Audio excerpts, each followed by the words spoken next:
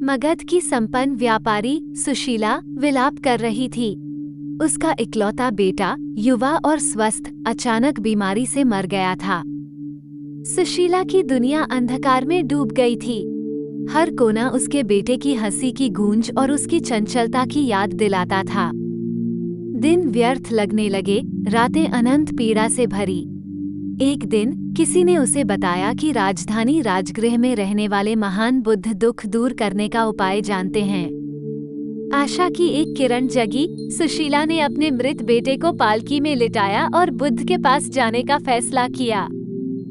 कठिन यात्रा के बाद सुशीला बुद्ध के समक्ष पहुंची। उसका शोक इतना गहरा था कि वो कुछ भी कह पाने में असमर्थ थी। बुद्ध ने उसकी व्यथा को समझ लिया और धीरे से पूछा, क्या मैं तुम्हारी मदद कर सकता हूँ? आंसुओं के बीच सुशीला ने कहा, मेरा बेटा, वह चला गया। क्या आप उसे वापस ला सकते हैं?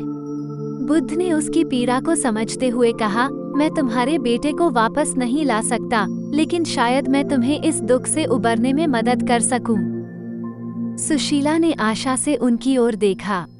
बुद्ध ने उसे एक मुश्किल कार्य करने के लिए कहा।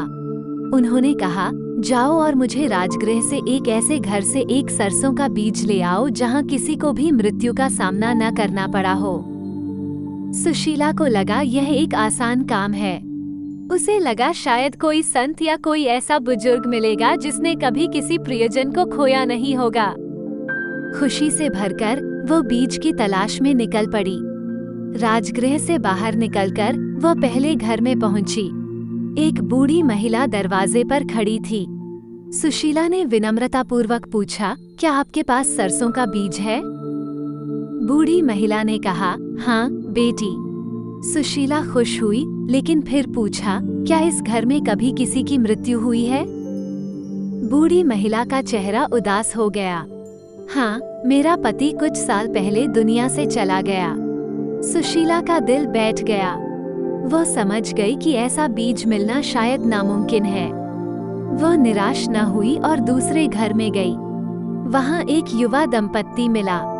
उन्होंने भी सुशीला को सरसों का बीज दिया, लेकिन जब पूछा गया कि क्या उनके घर में कभी मृत्यु हुई है, तो जवाब मिला कि उनके एक छोटा बच्चा कुछ समय पहले बीमारी से मर गया था।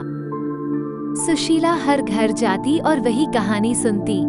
कभी यह एक बूढ़ा माता पिता होता, कभी एक जवान भाई, कभी कोई दूर का रिश्तेदार। हर घर में किसी न किसी का निधन हो चुका था। धीरे धीरे उसे एहसास हुआ कि मृत्यु जीवन का एक सार्वभौमिक सत्य है। हर घर में उसे दुख का सामना करना पड़ा और यह समझ में आया कि मृत्यु से बचना असंभव है। दिन निकलते और ढलते रहे। सुशीला हर शाम थककर चूर होकर वापस आती, लेकिन उसके हाथ में वो खास सरसों का बीज नहीं था। धीरे धीरे उसके भीतर एक परिवर्तन हो रहा था। वह अब इतनी व्याकुल नहीं थी। अपने बेटे की मृत्यु का दुख तो था ही, लेकिन अब वह ये भी समझ रही थी कि यह जीवन का एक सत्य है जिससे कोई नहीं बच सकता। आखिरकार कई दिनों की खोज के बाद वो वापस बुद्ध के पास पहुंचा। अब सुशीला पहले जैसी व्याकुल नहीं थी। उसके चेहरे पर शोक के गहरे साए तो थे ही, लेकिन अब एक शांत स्वीकृति भी झलकती थी। बुद्ध ने उसे देखते ही समझ लिया कि उसे वो विशेष बीज नहीं मिला है। क्या आपको वो बीज मिल गया, सुशीला? बुद्ध ने धीरे से पूछा।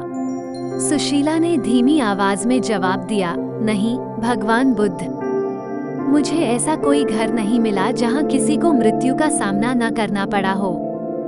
हर घर में किसी न किसी का स्वर्गवास हो चुका था। बुद्ध मुस्कुराए।